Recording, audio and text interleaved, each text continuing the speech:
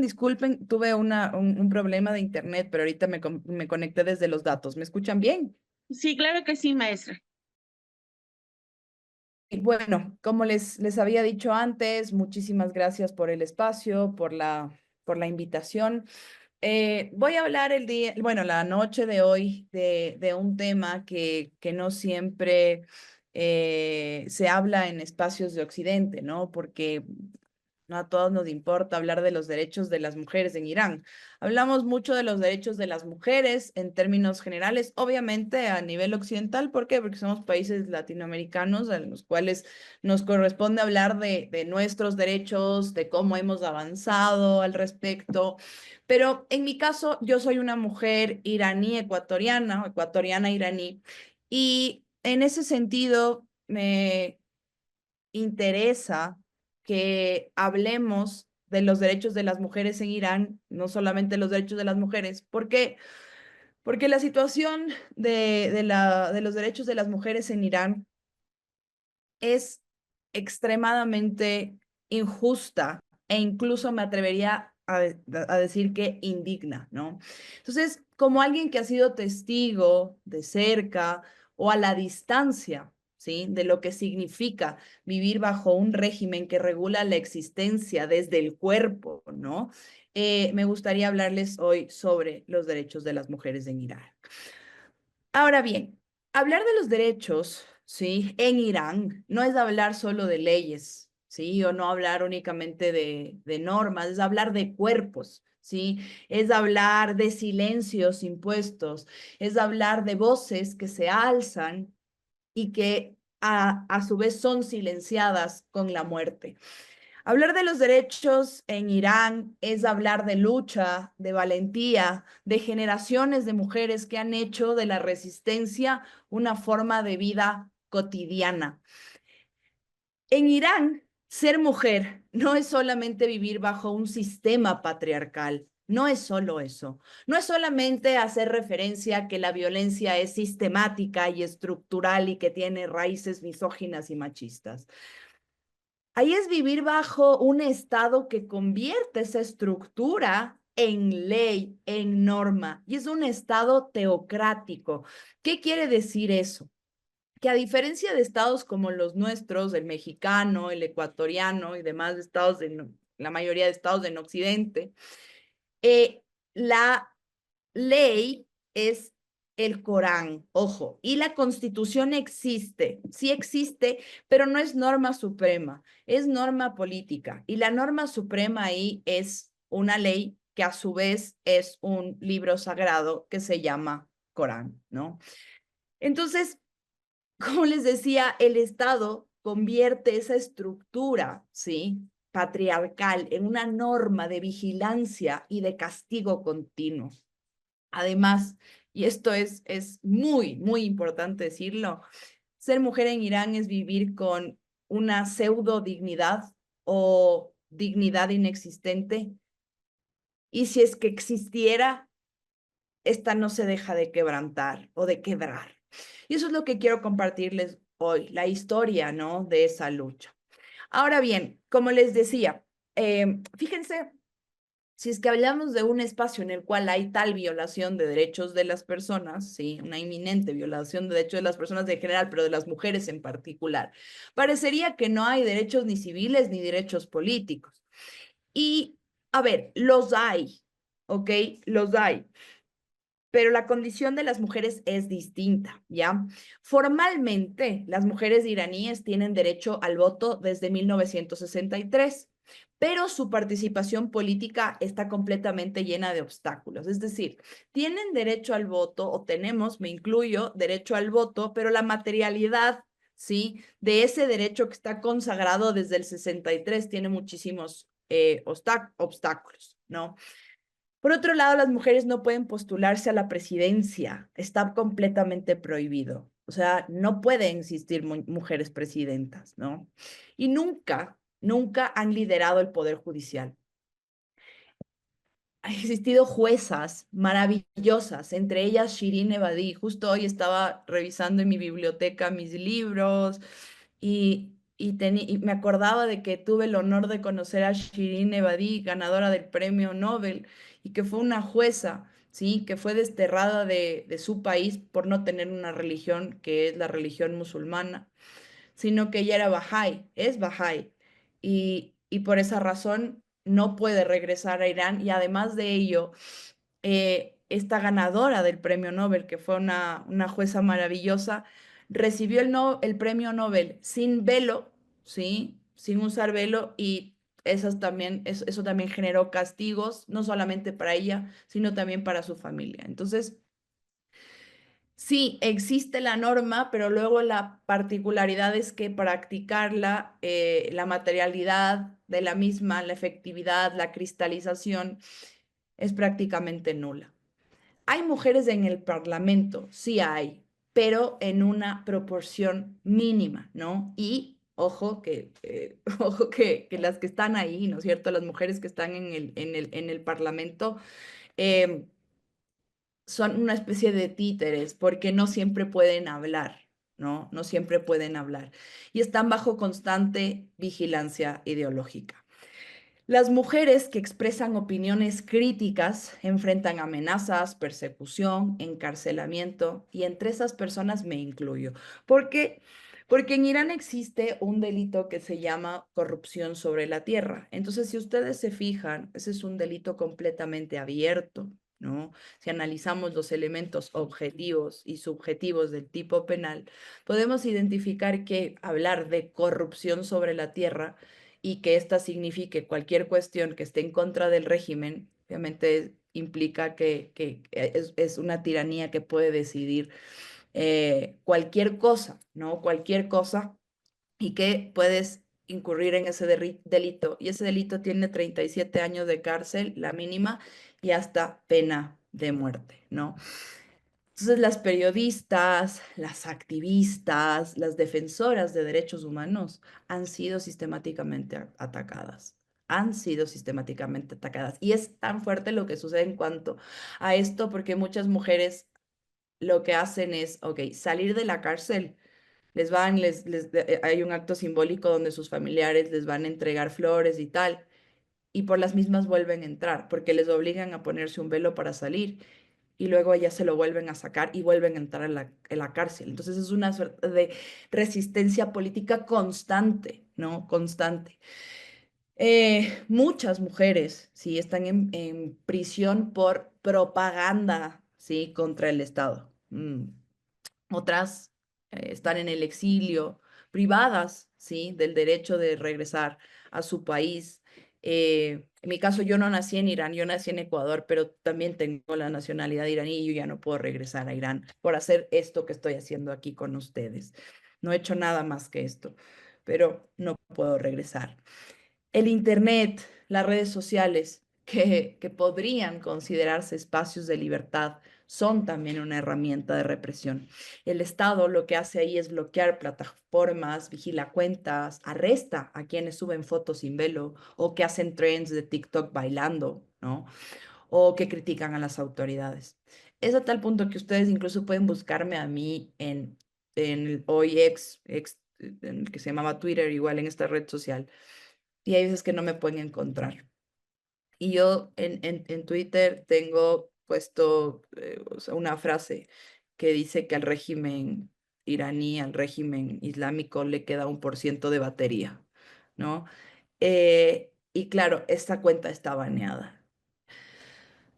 Con otras cuentas como por ejemplo Instagram y tal, a veces me la dan de baja, pero la puedo recuperar rápido. No me han bloqueado ninguna cuenta del todo, pero sí me banearon en la búsqueda de Twitter. Ustedes pueden buscar mi cuenta y no la encuentran, a menos que sean amigos de otros o que yo les mande el link o algo por el estilo, ¿no? Y obvio, yo vivo en Ecuador, yo vivo en un país que por los más problemas que existan y la delincuencia y la violencia a la que nos enfrentamos, finalmente sigue siendo un país en el cual nosotros podemos exigir nuestros derechos, ¿sí? Encontramos muchísimos frenos, pero podemos exigir nuestros derechos. Entonces, a mí me molesta mucho cuando escucho personas que dicen, no, es que la democracia no existe o que no sé qué, o los derechos de las personas, ¿para qué tantos derechos? Si es que al fin igual todo es una basura. No, o sea, vamos a ver, no es tan así. No es poca cosa lo que nosotros tenemos, no es poca cosa que tengamos constituciones que garantizan derechos. No es poca cosa que tengamos instrumentos normativos que nos permitan exigir. No es poca cosa. No lo es. Y por eso me gusta hablar de este tema, para que también nosotros nos quitemos ese velo de pensar que es poco lo que hemos alcanzado como sociedad. Es mucho. Y mucha gente se tuvo que morir para que eso pase. Así que en Irán, las mujeres y las personas se siguen muriendo para tener mínimos que nosotros sí tenemos.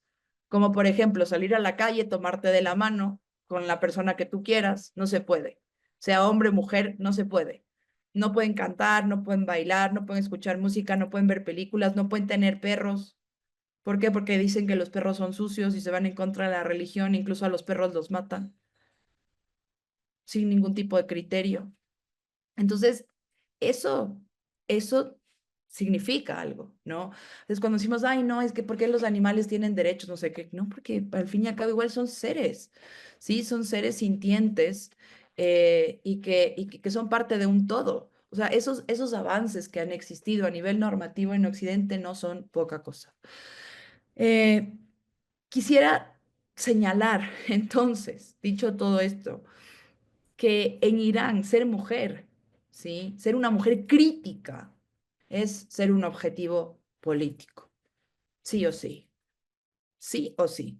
Eso es así. Entonces, muchas personas buscan formas de comunicarse con el exterior.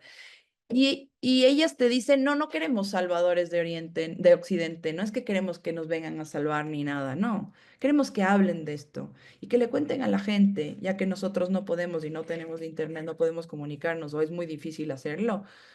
Señalen y cuenten lo que está pasando, ¿no? Y por eso es que yo hago esto y por eso es que hablo de estos temas, porque repito, irán a miles de kilómetros, pero es importante, porque mientras esas mujeres sigan consideradas como objetos, pues yo no voy a poder considerar que el mundo en cuanto a los derechos de las mujeres medianamente avanzado, porque es injusto, porque es sumamente injusto. Uno de los principales instrumentos para violar sistemáticamente los derechos de las mujeres en Irán es una vestimenta obligatoria y así el control del cuerpo, ¿no? Recordemos las palabras de Foucault cuando decía que al fin y al cabo nuestros cuerpos tienen una condición biopolítica. Y es verdad, comparto con él. El símbolo más visible, pues para este control es la imposición del hijab, del rusarí, de la burka, del chador, son distintos. Muchas veces solo conocemos el pañuelo, ¿no? Que le llaman hijab, que te cubre de aquí en la cabeza, pero hay distintos. El burka te cubre absolutamente todo y solo te deja una rejita para que tú puedas ver. Tienes el chador que es largo, es un manto largo, también le llaman mantó. Por ejemplo, mi abuela utilizaba ese, ¿no? El mantó y demás. Y desde 1981 exactamente, todas, absolutamente todas las mujeres, musulmanas o no, es decir, si es que ustedes se van a Irán, igual tienen que hacerlo de forma obligatoria, deben cubrir su cabello en público. No es opcional, no es como que, es que yo soy extranjera, no sé qué, yo soy católica, no hay cómo. Desde el 81 no hay cómo. Entonces, ¿por qué el 81 es un número relevante, una fecha relevante, mejor dicho? Porque desde el año 79 se da la revolución islámica en Irán, donde Irán deja de ser un país monárquico, que estuvo, pues, fue un país monárquico durante siglos, ¿no? Desde el Gran Irán, desde el Irán de Ciro, del rey Ciro, hasta hasta el 79. Mi papá fue parte de la revolución iraní. Yo crecí escuchando historias de la revolución iraní. Yo crecí escuchando que el día que se llama el día en el que corrió un río de sangre, sí, porque así se llama, así se lo recuerda ese día. Mi papá fue parte de esa protesta y fue un día en el cual prácticamente mataron a todas las personas que estaban ahí. Mi papá no murió, pero prácticamente. Cuestiones como esas me han atravesado como persona y que si bien es cierto no he tenido que vivirlas de cerca, tanto como si las mujeres que lo están viviendo a diario. No es algo que deja de atravesarme y que indirectamente me genera muchas emociones y mueve mis fibras. Em, Les decía entonces que desde el 81 todas las mujeres están obligadas a usar velo. Entonces, fíjense ustedes, 79, Revolución Islámica, se demoraron únicamente 2 años en obligar a las mujeres a utilizar este velo. Antes del 81 en Irán no era obligatorio usar velo. La gente lo hacía si era musulmana, pero como existía la libertad de culto, cosa que ahora no existe, había mujeres que usaban minifaldas, o habían mujeres que no, que se vestían como quisieran. Eso era lo viable, ¿no es cierto? Desde el 81 hasta la actualidad, no.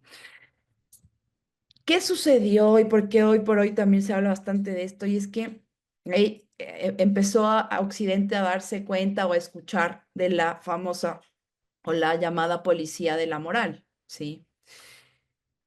En persa se llama Gastershart, ¿ya? Es una policía que patrulla las calles. ¿Para qué? Para vigilar los cuerpos de las mujeres. Es una policía específica que se dedica a medir los centímetros de tela. Es una policía que se dedica a medir centímetros de tela. Evalúan colores, evalúan formas, evalúan gestos, las humillan y las arrestan. Es tan subjetivo esto que puede ser que a uno de los policías de la moral no le pareció que el velo estaba tan atrás y te puede dejar libre. Pero puede ser que a uno de ellos sí les pareció que estuvo mal. O que el color era muy intenso, ¿no? ¿Por qué? Porque, imagínense, yo soy una persona que, bueno, ahorita no estoy vestida de colores, pero yo soy muy colorida, me encantan los colores vivos, me encanta el color fucsia, por ejemplo, el naranja, el rojo, y en Irán esos colores están prohibidos, ¿no? No solo puedes usar negro, azul, blanco, colores neutros, como si los colores pudieran ser neutros, como si las personas no se expresaran a través de su vestimenta, a través de sus accesorios, como si utilizar un color o una forma de tela de una manera incorrecta les diera derecho para humillar, arrestar e incluso matar. ¿Por qué digo incluso matar? Porque en el año 2022 asesinaron a Mahsa Amini. ¿Quién fue Mahsa Amini? Ella era una joven de 22 años que la arrestaron en un primer momento por supuestamente llevar mal el velo. Y esto desató muchas protestas porque sí, la aprenden, pero luego la golpean a tal punto que ella queda en terapia intensiva, queda en coma y luego muere, ¿no? Y esta muerte desató una ola de protestas sin precedentes, en Irán y en el mundo. Yo también fui parte de esas protestas, desde Ecuador, por ejemplo. Salí en los medios de comunicación, la embajada de Irán acá me empezó a amenazar. Y así les pasó a muchas personas y a muchos activistas a lo largo del mundo. A lo largo y ancho, me atrevería a decir. Pero en Irán la gente se moría. Y la consigna era mujer, vida, libertad. En persa, San Zendegi Azadi. San significa mujer, ¿sí? Zendegi significa vida y Azadi significa libertad. Y esto no solo fue un grito, fue una rotunda declaración. Significaba nuestros cuerpos no son campos de batalla. Y efectivamente, no lo son, pero sí son resistencia política. Y salieron hombres y mujeres a las calles, mujeres musulmanas con su velo, a reclamar por libertad. Por libertad de que no sea una imposición usarlo, sino que quienes quieran usarlo lo hagan, ¿sí? Pero no de una manera obligatoria. En Irán, definitivamente mostrar el cabello es un acto revolucionario y es un acto que te puede llevar al arresto y a la muerte. Hoy por hoy, o sea, estamos en el año 2025 y ya no ya no es que hay protestas, etcétera, así como las que hubieron, pero la gente no deja de protestar, la gente no deja de comunicar. lo que está pasando allá. Entonces es un proceso porque fíjense que es un país teocrático que también quieren votar al régimen, pero tampoco hay una construcción política de quién puede ocupar el lugar. Y eso es algo de lo que se dieron cuenta, nos dimos cuenta en el 2022. Entonces ahora se están formando cuadros, ¿sí? Para poder ocupar esos lugares, porque no es fácil cuando naces en espacios de represión. Pese a todo lo que les he dicho, las mujeres en Irán resisten. Ojo, no quiero decir que comenzaron en 2022, tampoco comenzaron en el 79 con la revolución. Las mujeres han estado en la primera línea de todas las luchas en Irán, en la revolución constitucional, en la revolución del 79, en las protestas del 2009, en las huelgas laborales, en las aulas, en los tribunales, en todos los espacios. Han creado redes de ayuda mutua, han defendido a otras mujeres en los tribunales, han escrito, han pintado, han filmado, han tejido símbolos de libertad, han creado campañas como White Wednesdays, ¿no? Donde se quitan el velo de forma pacífica. No es poca cosa, no es poca cosa. Han demostrado que la política no siempre necesita de micrófonos, como en esta ocasión. A veces de lo que se necesita es de mucho coraje. Y coraje es lo que tienen. No han parado, no han parado, pero lo han pagado muy caro. Activistas como Narges Mohammadi, ¿no? Premio Nobel también de la Paz 2023, siguen encarceladas, ¿no? Otras activistas como Nasrin Sotoudeh han enfrentado condenas de más de 30 años por defender a las niñas y mujeres. Yo misma enfrento una condena de pena de muerte, pero no han callado, no han retrocedido, no hemos callado y no hemos retrocedido. Yo sé que la situación de ellas que están allá es mucho más fuerte, pero que sepan que en este país en el que yo vivo, la embajada aquí me tiene como un objetivo, sí, como un objetivo, y eso significa que les molesta. Y eso significa que está funcionando el hecho de que yo hable de estos temas en los espacios. Así que mientras me sigan considerando objetivo, significa que lo estoy haciendo. Digo, obviamente no es comparable con lo que les pasa a las mujeres allá, pero sí es triste saber o tener en mente que no puedes volver a un sitio del cual también tienes raíces y donde tu sangre te llama a nivel cultural. Mm, Y que no solamente no puedo ir yo, sino no pueden ir mis hermanos, mi madre ni mi padre, obviamente por mi activismo. He querido contarlo a manera de relato también, ¿no? Y en primera persona. Eh, y, y obviamente voy a respetar el tiempo que me han dado para poder generar este espacio y sobre todo si es que existen preguntas, poder conversar. Eh, Quisiera decir, para ir cerrando, que hoy por hoy se viven desafíos contemporáneos sumamente fuertes, ¿no? Pero por otro lado, también hay horizontes de cambio, se avisoran cambios. O sea, yo sí puedo pensar que tal vez yo no lo viva, tal vez yo me muera para el momento en el que las mujeres en Irán sean realmente libres. Pero, pero al fin y al cabo se sabe que este trabajo y este actuar generará que en algún momento lo sean. Y por ello vale la pena. Hoy Irán vive un momento de contradicción. ¿Por qué? Porque por un lado, la represión se ha intensificado.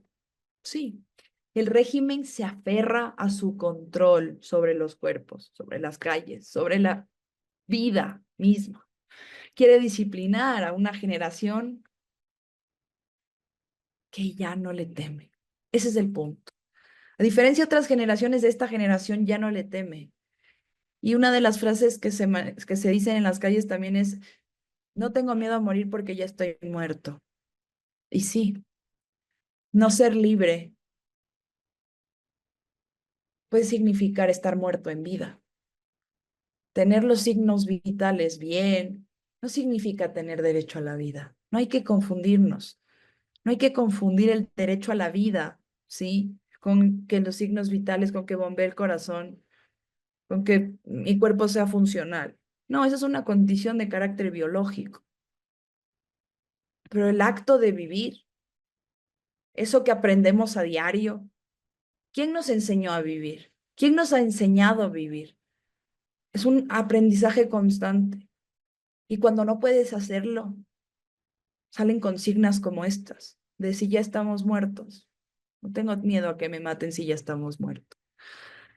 Entonces, ese hecho de que la represión se ha intensificado por un lado, pero luego por otro lado, la gente ya no tiene miedo, ha generado que la juventud no aceptara esa herencia del miedo. Las niñas se quitan el velo frente a sus profesoras en el colegio, en la escuela. Hombres defienden a las mujeres en el transporte público. ¿Por qué? Porque hay buses de mujeres, taxis de mujeres, ¿no? Padres, madres que enseñan a sus hijas sobre la dignidad.